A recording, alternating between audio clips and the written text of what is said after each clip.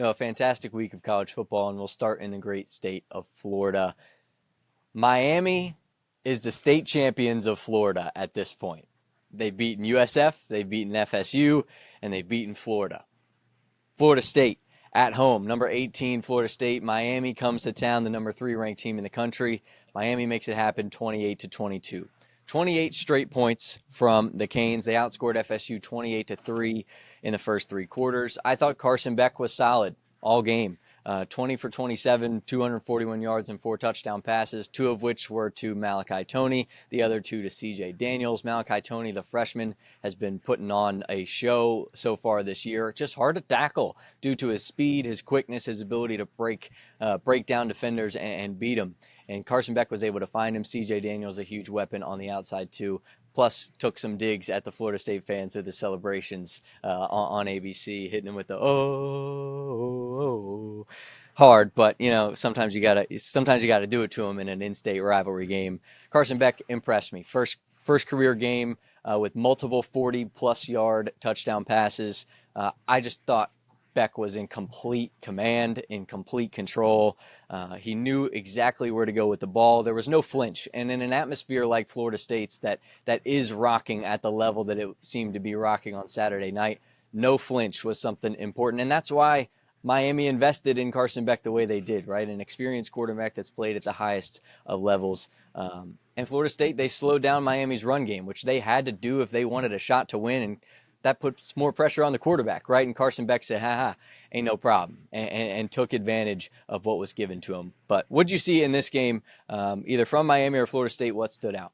Yeah, Dawson and Beck, that OC and quarterback connection right there. It's a really good tangent. They've got a really good combination right there. Carson Beck's playing some really, really good football. Georgia fans probably miss him a little bit. I barely can just say I've watched Georgia games, and their pass game is just not there like it used to be with Carson Beck. Obviously, they kind of shifted. They're more of a run-heavy team for Georgia now. But for Miami, I mean, this scoreboard was 28-22 final, but it didn't feel like that, right? Yeah. It felt like Miami was always in complete control of this game, and that's what happens when – you can go look at the box score, and Florida State actually had more yards, but the key difference maker, we talk about it every single week, what battle must you win? It's the turnover battle. And Florida State had 3 turnovers to Miami having 0. If you can win the turnover battle, you have good odds of winning the game. So that's what I saw. I saw a poised offense and a really, really good defense that's really talented.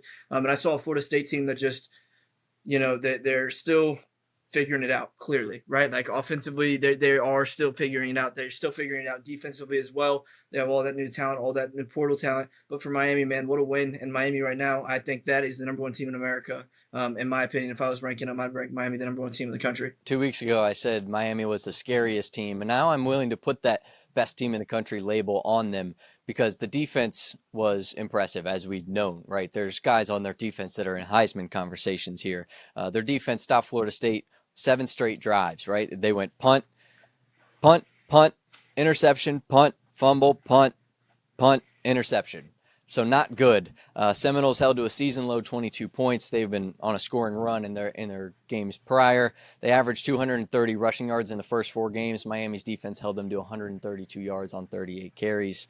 I think the only thing Miami that I really noted that they have to clean up was they had 13 penalties for 114 yards. There's going to be ACC games, some trap game maybe that you run into where you might need those yards back and you might need those penalties to be erased from your box score. But for the most part, I was impressed with Miami. And like you mentioned, the scoreboard was a lie.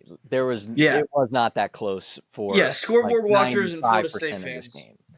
Yeah, Exactly. Scoreboard watchers and Florida State fans are going to be like, this game was close. And the reality was any Florida State fan that was in the stadium that night did not feel like that game was ever really close. And there's a reason for that, just because they were absolutely dominated by Miami, and Miami is just that dominant right now. Miami is playing the best ball in the country. And like I said, that's my number 1 team in the country as of now. And for me, I thought it was the turnovers. The turnover battle, like you mentioned, is one you had to watch for. Castellanos threw 2 picks, led to 2 Miami scores. FSU's offense has been sloppy in the last couple of weeks, and it's cost them, right? 3 turnovers in the double OT loss to Virginia, and then it hurt them again on Saturday. Running game, like I mentioned, they needed it to be good, and it wasn't good enough to win. Like 2 touchdowns and the field goal at the end made it close, but know that final score is garbage. Don't eat that up, Florida State fans. FSU starting 0-2 in the ACC for the 4th time in 6 years.